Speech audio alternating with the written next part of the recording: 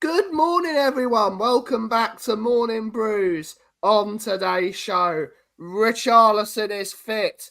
Sonny and Odobert might be fit as well. And England are absolutely shocking. Stay tuned here.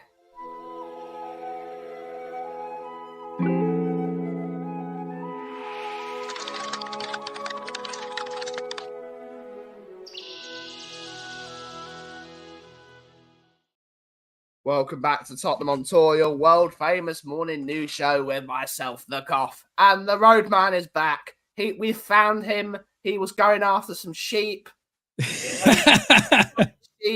And now he's back. Roadman, how are you today? Yeah, I'm really good, man. Really good. I had a nice little week off, you know what I mean? I caught many a sheep, mate. Caught many a sheep. It was great. Yeah, and I got myself a terrarium. Sorry, I need to show everyone. I'm really happy with my terrarium. You're really proud of your terrarium. I really am, mate. I'm well happy with it. It's so chuffed. I've always been wanting one, and I got one, so I'm happy. But awesome. Yeah, great week, mate. And I'm back for good. Back for good. That's what we like to hear. But before we get into the news, let's see who's in the chat this morning to take us through the show. We got Eddie's. Good to see you, mate. Good to see you. We got Shawnee Slater. The Prince of Bingo is in the house. The boys are back live. Yes. Big up the Coffin Roadman. England is scaringly scintillating and earth-shatteringly dangerous. Yes. It's delightful medley of footballing splendour. Yeah. No, it wasn't. It was awful. No, it was great to watch. It was fantastic. Just bring back Rob Page. We have Embers in the house saying morning. We have Paul Clark's in the house saying morning, boys. Good to have you back live. Andrew Gregory's in the house. Morning, Ben and David. Good to see you back. I like that. I see what you've done there. Who cares about the international break? Where can I watch? Joe Roots and Harry Brook Bat. Absolutely, mate. Absolutely good to see a YouTube member. We have Colin Cross, Bora Dartle. Congratulations on the epic mental health shows. The best streams I've ever, truly epic. Well done, sir. Yeah, we had a great show on the Coffee Company yesterday afternoon. It was a fantastic show. And then we did one here on TOT. So yeah, it's good. We done some really good shows yesterday, and we're gonna do some more stuff like that hopefully in the future. Jimmy Hotspur's in the house. Good to see her. Good to see her. Colin, I agree, Ben. Greece even had a Cardiff City player, but yeah, they're truly shocking. They are truly shocking. We have Mark Taylor saying, morning, guys. Morning, Mark. Back for good. David's turning to Gary Barlow. He has. Alpesh Patel, good to see her. Good to see her. Good to see her. Kate Rickson, good to see her, mate. Good to see her. Playing like that. And for England. Yeah, and for England. And kudos. Must have been limbs in Wales after that. Limbs. I think it was more bars rather than limbs. Yeah. No, but yeah. Right, let's start on the news, Roadman. Let's start on the news. England are awful. Talk about it. I need to get a bottle of water. Yeah, okay. England are rubbish. Everyone knows that. Nah, they had a bad night. I mean, you can't just blame Carsley. I know a lot of people want to do that and blame Carsley over it and stuff. But if you looked on the day, England were poor. These are a lot of players who get extremely hyped in the media. From fan bases, they get hyped to mad. And they're just poor, you know? And unfortunately, when you look at it, why can't England players who are very overpriced, you know what I mean? Bellingham, Rice, Saka, all them, valued stupidly high. You got people hyping Rice, what's his name? Chelsea player.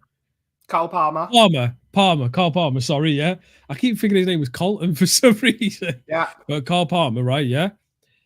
You look at all them type of players who were hyped, bigged up, all that, and they can't play for the badge of their country. Just ridiculous, isn't it, really? And this is the thing where you look at these players and the ego from these players, yeah? No matter what manager you have in, a manager can't stop you from being able to kick a ball, make a pass to your player next to you, or anything like that. They were just extremely poor, but don't take anything away from it. Greece were fantastic. Yeah. They could have had 6 goals. You know what I mean? We're saying they rallied because of the news of their fallen comrades. Yeah, they did. Yeah, they played out. They really did, man. They were It fantastic. was almost like the England players wanted them to win because the players wanted the game called off. But UEFA being money grabbers, said the game had to go ahead. So it was all. It was. Could you say that England wanted them to win because of the news? Is it because again, it's only in Nations League? Yeah, this is me trying to make an excuse, but England didn't want to play. They really didn't want to play, did they? No, they didn't. But then again, you could say it could have been part of that. But then, you know what I mean? England really tried near the end of it. I mean, when they put that goal in, England really tried. I just think, you know, the minds probably weren't in that game. I agree on that statement there, where they just probably didn't want to play. They're just not interested in it. We hear a lot of players now coming out wanting to actually, you know what I mean? They want to have a thing where they don't do anything. I can't bloody think of it. My mind's blank this morning. They want to, what's it called? Sorry, my mind's blank this morning. I haven't done this for a week, so my mind's not working. They want to, they all want to come together and not play football, basically. And I can't think of the word. They want a party. Yeah, basically. But what's the bloody word? What you did for Spurs? When you all got together, you, Daigle, and everyone, and you stood outside the stadium, it's not coming to my head. They protested. There we go. Protested. Yeah, it's still early for me. Yeah.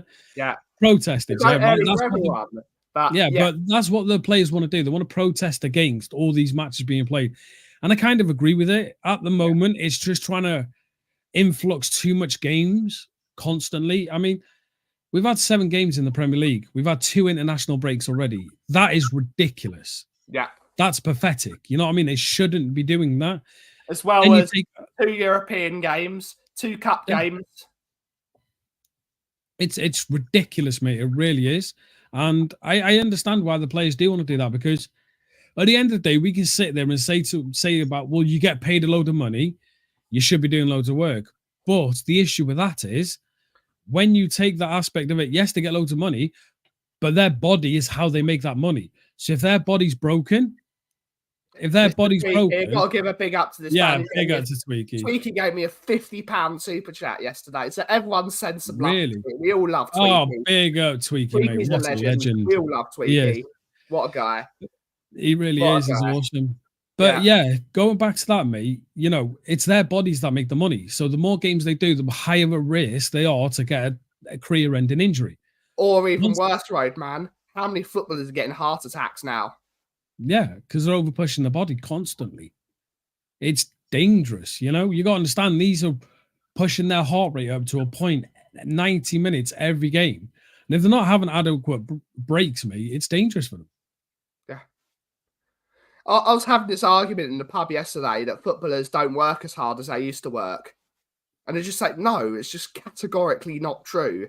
The amount of, they run 20 kilometers, a lot of them, in a game. At high speed. It's not like they're running doing like a nice jolly run. They're doing 20 plus kilometers a game whilst hitting people, tackling them, and having to run and understand tactics, understand this, understand. The human body has not evolved to a point where it can do that easily. No, it isn't. It really isn't. So you can understand why the players want to do this. They understand that there's way too many games at the moment. But it is what it is, you know what I mean? At the end of the day, they chose this profession and they're allowing higher authority to dictate how many games they're allowed to play. So, yeah, it's one of them. You chose to be paid this amount of money. You chose to be put in the position you are. If the FA, UEFA, whatever, you know what I mean, higher bodies want to tell you how many games you play, then you got to do it, innit? And if they start striking and they start doing protests and stuff, they're going to be in a position where even clubs can end up, you know what I mean, taking money off them, docking them wages. I don't like this statement, Peter, because you could say that with every country. You can say that with every country. If you wouldn't even have a Welsh team. Most of the players in the Welsh team aren't naturally Welsh. Most players in the Scottish team aren't naturally Scottish. Most of them either Irish origin or English origin.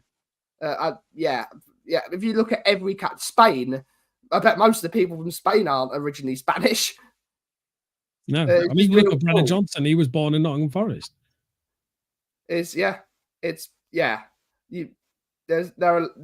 can make a case for every country that everyone originally comes from Africa. So Africa would have a load of players, but no one else would. Yeah. Everyone's originally from Africa. But let's go to the next piece of news. Richarlison's fit.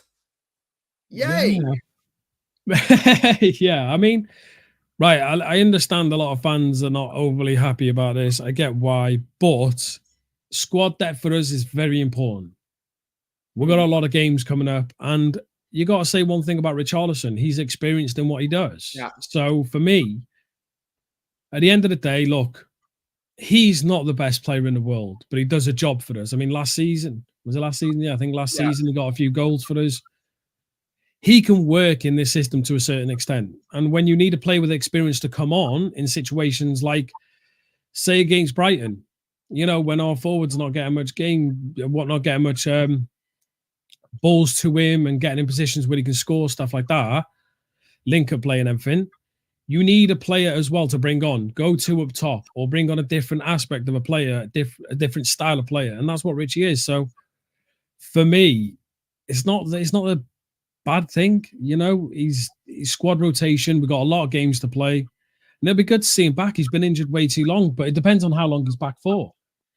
Because he comes back, he could end up having another bloody injury. So yeah, we'll have to see. But it'll be nice to have another player on the bench with a bit more experience, especially when we come to games West Ham.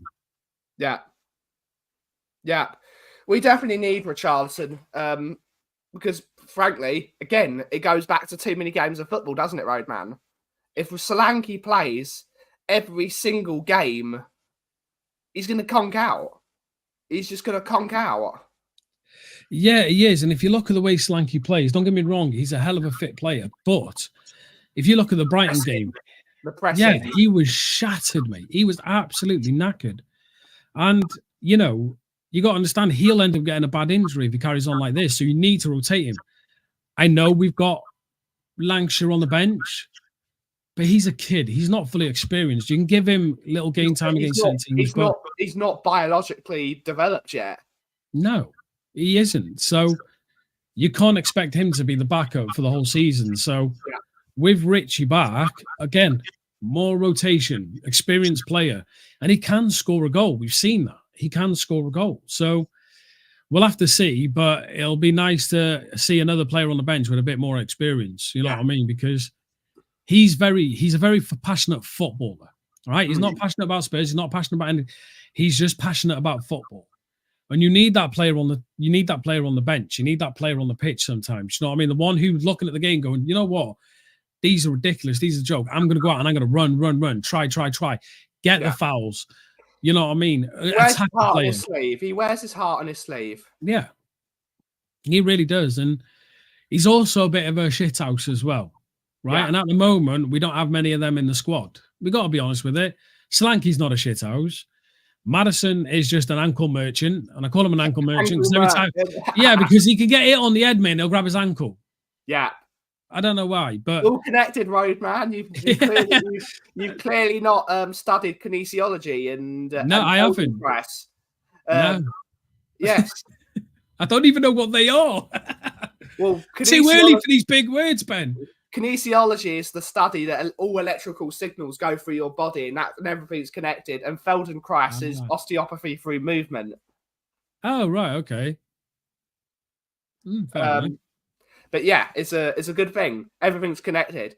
But Richarlison's good. Again, Richarlison's someone that's really good with his head. So if we need to launch balls forward late in the game, bring on a Richarlison. He's good with his head. Yeah. I mean, again, you look at Solanke, right? What he's doing well at the moment is his hold-up play, his strength against defenders. Richarlison could do that also. Yeah, Richarlison can hold up the ball and he can be strong against defenders. Obviously, they're two different players. You look at Solanke, he's got that pace. He's got that press. Richarlison really doesn't, but Richarlison does try. Yeah. for me, having him on the bench when you're struggling to get a goal, or you're struggling, you're 1-0 down or 1-1 or whatever like that. He's got the physicality as well. He's got the physicality backing up into defenders, pushing defenders round, moving them about. Yeah, that's it. It's one of them, and for me, you got to look at it as, yes, he's not the best player in the world. Don't get me wrong. He can do a job though, and right now, we need a player like him to do a job, and it'll be good to see him back. It'll be good to see him back, mate. You know what I mean? Because you got to look at it as well. For me, Richarlison's a shithouse. Yeah, he will go on the pitch. He will foul them players. He will slow the game down. He will attack. He will do so good. And it's just nice to have another body on that bench, because at the moment, when you look at the bench, who do you bring on to change the game? You know what I mean? You look at Brighton, right? And obviously, I haven't had my say on it. I wasn't around. Luckily, I didn't have to sit here all miserable and going, "Oh, what a loss!" And all. Don't care. It's been a week. Hey, next day I didn't give a shit, mate. I was gone, done. Who cares? And I'm happy now. If you look at the Brighton game, right, and I'll just bring this up for me, when you look at that bench, who could you honestly say that was brought on when everyone's saying about substitutions and everything? Who could you honestly say that could have been brought on that would have changed that game? Who would have won that game for us? Well, you change the style of football, don't you, roadman? Yeah, you could change the style of football, but what I'm saying is that one player who's there who can effectively change the game. Because Basuma came on, he was trash. Pape Matar came on, he was trash, because Ange did like-for-like changes, right? Because he doesn't have that one. Change the system of football. Yeah, change the system, but he doesn't have that player to do that, right? But with... I would disagree with you. You have plenty. Like, if you put on Basuma, if you took off Kulusevski at that point and brought on Basuma, who's good with running with the ball, that would have worked, because that's what we needed. But to bring on two defensive midfielders when we needed a creative spark that was. We're not going to talk about the Brighton game. It's been a week. No. But I'm just pointing out. What I'm trying to point out is we don't have that star player on the bench. Yeah, we don't have that player who can come on and affect the game positively, right? Bergvall, yeah, past couple of games he's been poor. Archie Gray's been decent. Unless you change the system in the Brighton game, then you don't win it. But what I'm saying is there's certain players you can have within your team when you're in a position like that can come on and affect the game. If Richie was on the bench then fully fit, you can look at it as we'll go two up top. You can look at it as to put Richie and Solanke up top. Now, he could have done that with Lancashire, but they wouldn't have worked together. It's one of them. I hope that people understand what I'm trying to say is, you know what I mean? For me, you got to look at it as that, as we don't have that incredible star player that's on the bench. And I'm not saying Richie's that before anyone thinks I am. I just mean a player that can change the game. And we didn't have that. So, yeah. And I do say one thing, and I will say this, and I said it before the Brighton game. Please, can I say this? Because I haven't had a chance to say anything about this. Sure. Like, you know what I mean? But Ange is a complete idiot, right? All right. Mikey Moore would have been so much better than Timo Werner. I like Werner in the sense that he can play it, take on a player, and he can got the pace. His overall game against Brighton was a joke. It was pathetic. And I did see your comment, Jimmy Hotspur, and that's why it came into my head, because I haven't had a chance to talk about it, so thank you. But Mikey Moore should have played, should have started. Don't care. He shouldn't have played so long in Europe. He should have been rested, and he should have started instead of Werner. I just think it's just ridiculous and amateuristic to not do something like that. Because Werner negatively affected us. The defense was a joke. Come on. I got to say it. Like, our defense who gets back up was pathetic. It was pathetic, mate. I'm coming out. Screw him. Right? Adogi was a joke, mate. Porro was getting skinned again. Romero was just ball watching half the game because his mind was in Argentina. I always say Argentina, yeah? Right? Yeah, exactly, Sean. It was pathetic, mate. Honestly, it was a joke of a game. And yeah, there's my rant for the day. Hopefully no one comes after me for it, and I hope people agree with me. They'll come it wasn't a bad rate. They'll come after you for liking Timo Werner. Don't you worry, sir. But I don't like him in that sense. No. Don't say that. I'm going to have everyone come go, Roman likes Timo Werner. No, I don't. Man likes Timo Werner. No, I don't. I hate him. But I mean, I like the fact that he could take on a player and he has pace. I just think on the Brighton game, mate, he was a joke and it was pathetic. No. Another three. Sorry, another three is not just Hans to blame. The players were a joke as well. But yeah, halftime team talk. Well, you're the one that does the halftime team talk. Oh yeah, halftime team talk. Like and subscribe if you like the coffee. If you like the rants, like and subscribe. We really appreciate it. I've been off a week and I've been looking at the channel from an outsider's point of view. Honestly, I haven't done anything on the channel, nothing at all. And it's been great to watch the comments. It's been great to watch, especially these mental health streams that have been put up. So many people interacting with them, giving really nice words about it. It's great. And the channel's growing, you know what I mean? And it's really fantastic to see.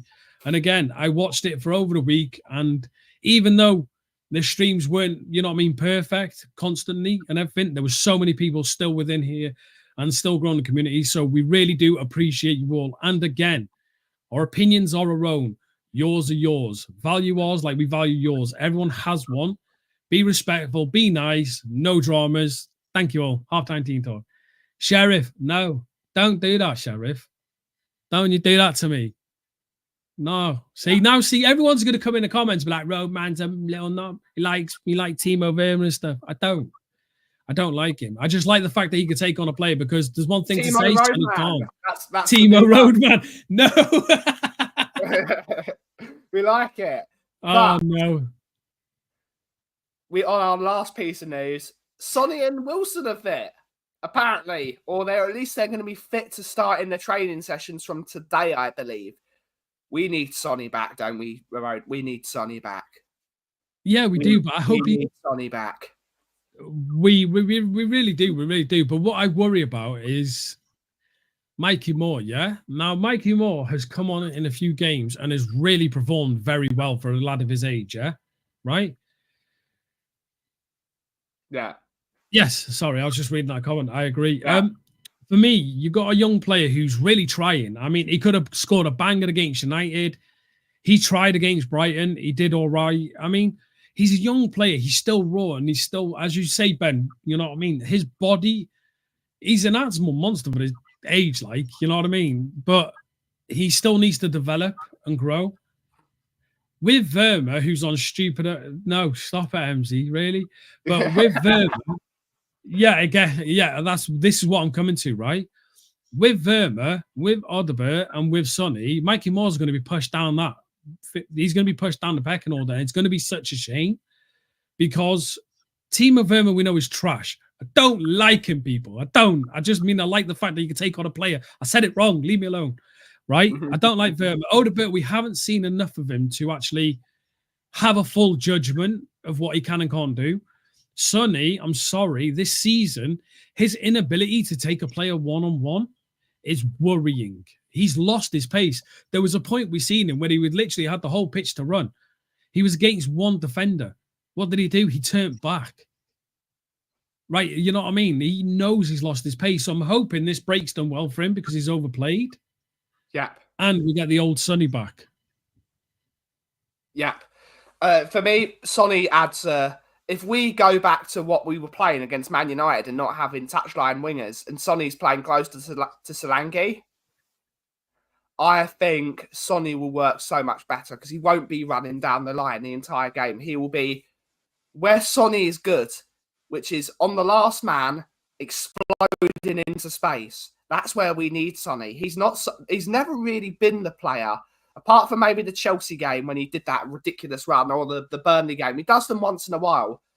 Sonny has never been a person that takes players on with the ball. He's always someone that goes into space, ball behind, into space, get it out your feet quickly. He's almost like Jermaine Defoe in that way. Just explode into that space and finish. It's actually quite a good comparison, really, Sonny and Jermaine Defoe. That's what we need him. We need the ball in behind quickly for Sonny to run onto and finish, because that's what Sonny's good at now. It's really, and you're really, really going to get a few of those moments a game. We've got to use that and have to explode him. We need to put the ball in behind more and stretching the play and allowing Johnson to really use his pace to beat the men and for Sonny to arrive at the back post and finish. That's what we've got to start using, because with age comes wisdom. And you'll see now now that Sonny is losing his pace, you'll start to see him grow his wisdom.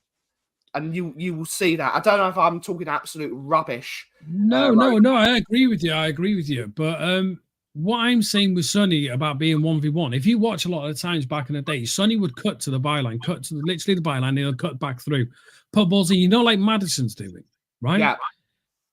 And he was never afraid to take on a player, and he could do. A lot of the time, if you watch Sonny, he'd face a player 1v1 on the outside of the box, right?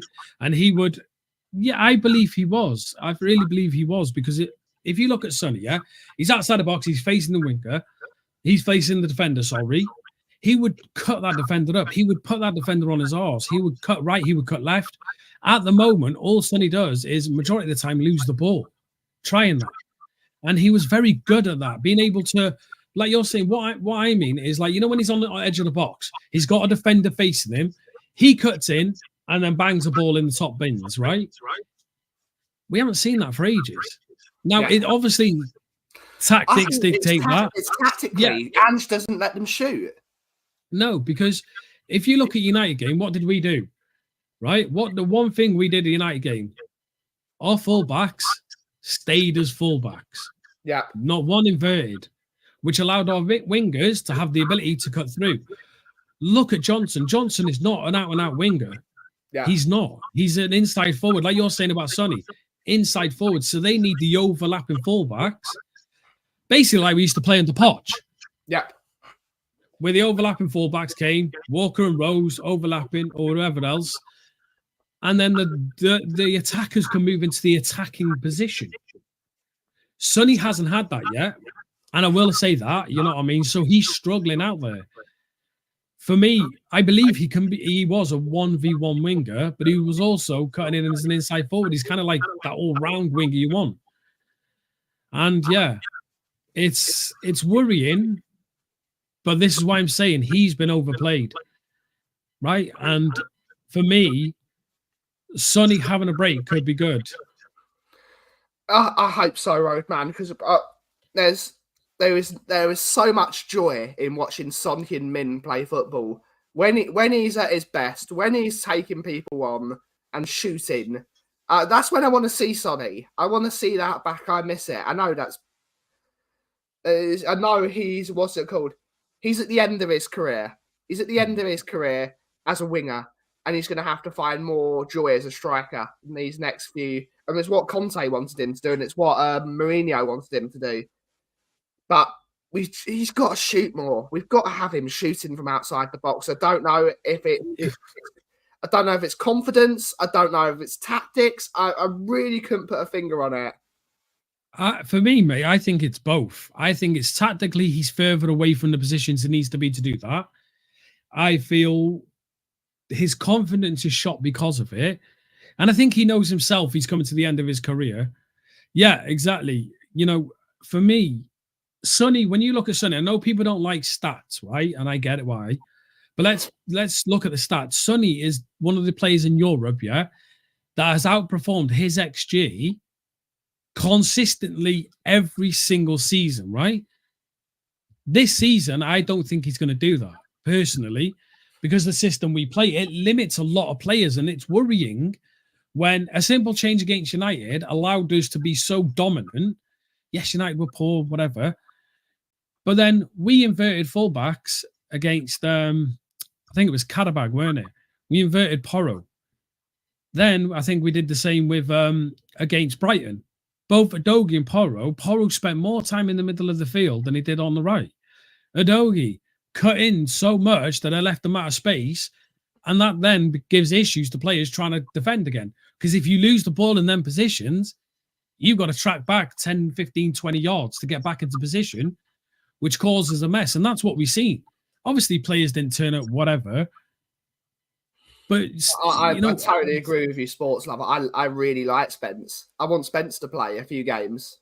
I don't get it. I don't get why he was left out of Europe. And then you brought an unfit Udogie who wasn't fully fit. You could see that. Yep. Back on. Spence has done well. Spence has done well. And I wanted to see him start that match, personally. I don't, obviously with managers, they want their main players out, right? they want their main players on the pitch because they trust them. They believe they're going to get the win. Yeah. For me, Spence is the type of defender who likes to go straight down the line. Yeah, we've seen that in games he plays. He can't invert. Spence can't invert. He is a straight fullback, back forth, back forth, back forth. It works. It works. I don't see why you don't want to use. I would rather, if instead of him playing, I would. Here's going to be my hot take of the day. Jed Spence is one of our best ball carriers in that team. I'd like to see him in midfield. If we're not going to play him as a fullback, I'd like to see him play as a midfielder because he's good with his feet. He's great at taking people on. He's very good technically. But I agree with you, Roadman. I'd rather see him play as a fullback because he's a very decent fullback. I think Jed Spence is really being hung out to dry by this manager. I really want to see Jed Spence play. Both games he's played this season, he's been brilliant. I want to see him play more. I like him. The one thing I like about Spence, mate, I like you saying there, is his link-up play between midfield and attack. If you go back, watch Spence play, he gets the ball as a fullback, passes it into the midfield. He's gave the midfielder an option straight away. No standing back, no waiting. He's gave the midfielder an option. Then when the midfielder gives him the ball, he's straight looking forward. He's not looking back. He's straight looking forward and wants to give the attacker the ball.